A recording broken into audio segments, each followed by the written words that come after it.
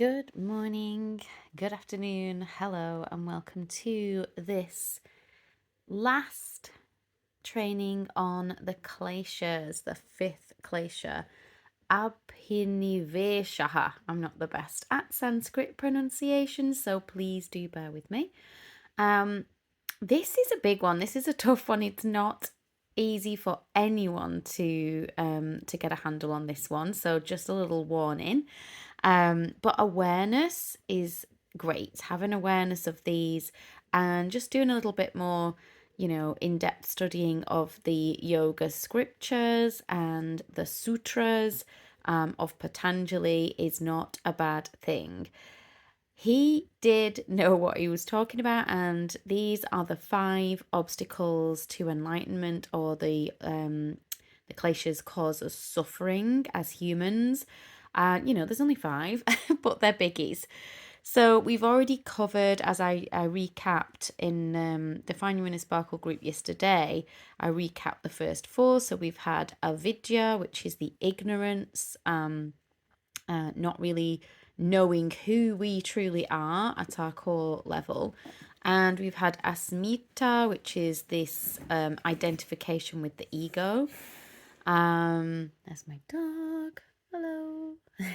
And then we've had raga, attachment, and we've had devesha, which is repulsion, or wanting to push something away. Not really accepting the present moment and what is the problem with those 2 sides of the coin. And this one is another it's another one about clinging. Patanjali warns us of clinging to anything. And this one is basically about clinging to life. So that's why it's a big one. It's like, well, yeah, we don't want to die. We want to survive, and we want to protect ourselves at all costs, which, makes total sense, which is why Patanjali says it's so hard.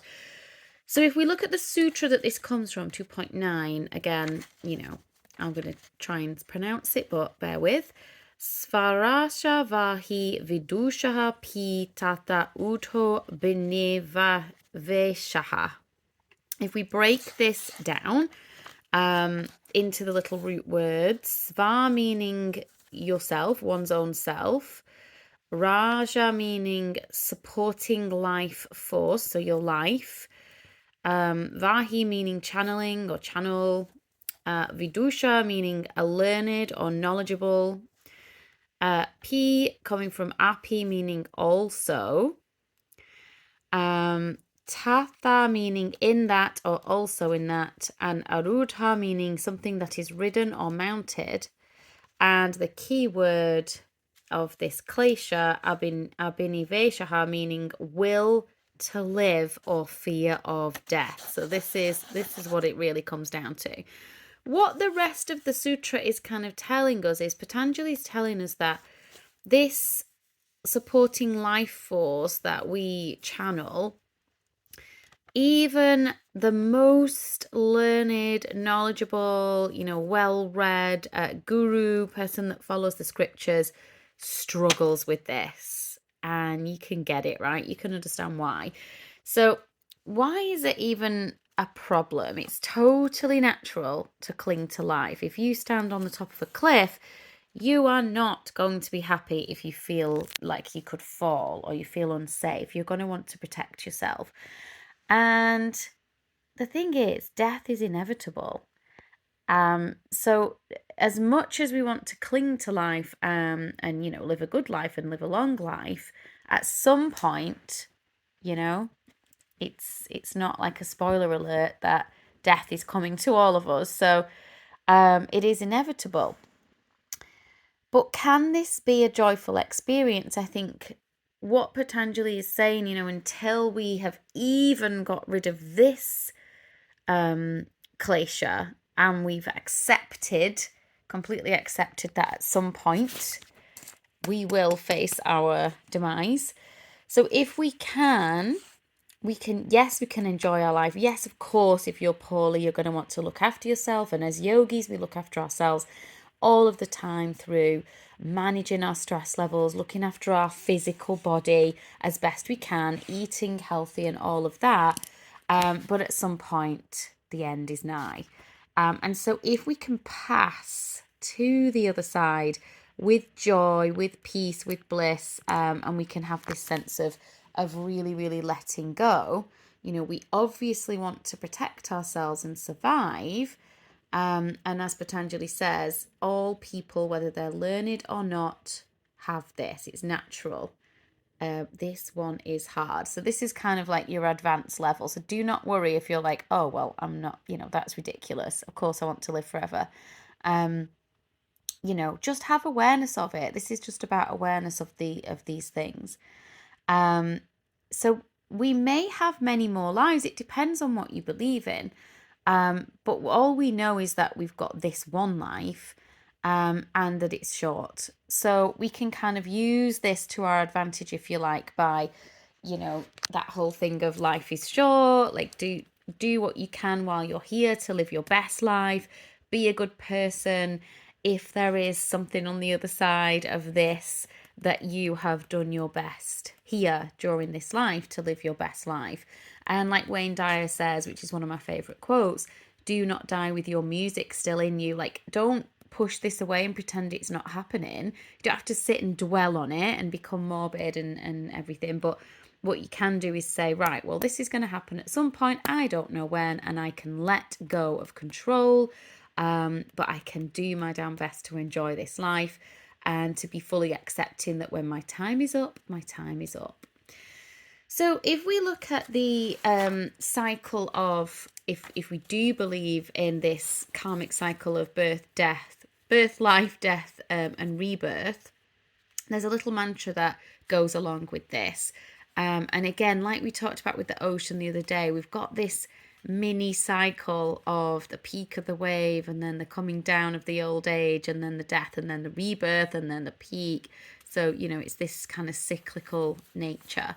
So there's a little mantra that's quite nice that means my true essence, and it's sa ta na ma.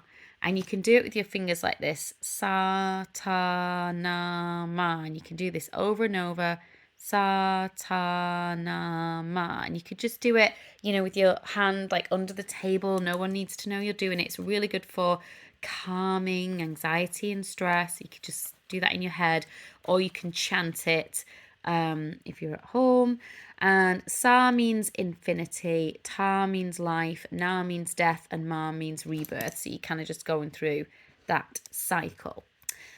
Also, what I quite like is thinking about our yoga class in this really mini version of this klesha.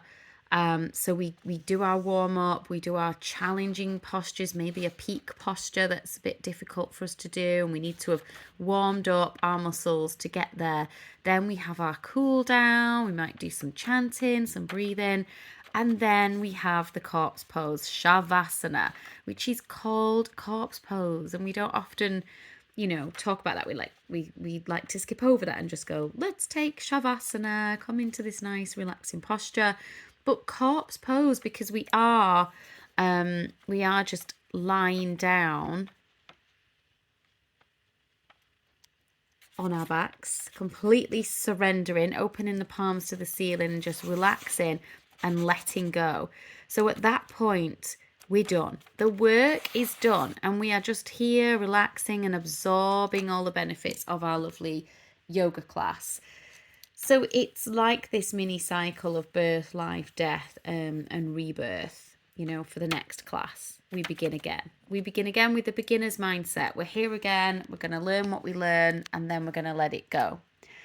So it might not be an easy one. It's definitely not an easy one. You can say that, the most learned guru might think that they've got a handle on this, and they're like, yes, death is inevitable. But then if they become sick or they get in an accident, this klesha will start to rear its head, and most humans are going to fear that. So let's not beat ourselves up about that. We are not Patanjali. I think, if you've had an enlightening experience, like like the sages at Patanjali, like Eckhart Tolle, like Byron Katie, all of these people, you've kind of got an advantage, haven't you? Because if you speak to somebody that's had a near death experience, an NDA, or you read their books, if they've seen what's on the other side and they've seen this beautiful light and this gorgeous kind of felt sense experience, then they're not going to be as worried about this. Whereas if you haven't, I think this natural nature of a human to cling to life is it's normal, isn't it? So I would take what you want from it. If nothing else, live your life as best you can and enjoy every bloody moment of it, I would say. Look after yourself. Try to stay well, stay healthy, stay happy. But this is the final Klesha, so that brings our little series to a close. So let me know if you've enjoyed this series, and I can do more different trainings on different parts of the yoga scriptures that help us to live a happier, healthier life. Bye for now.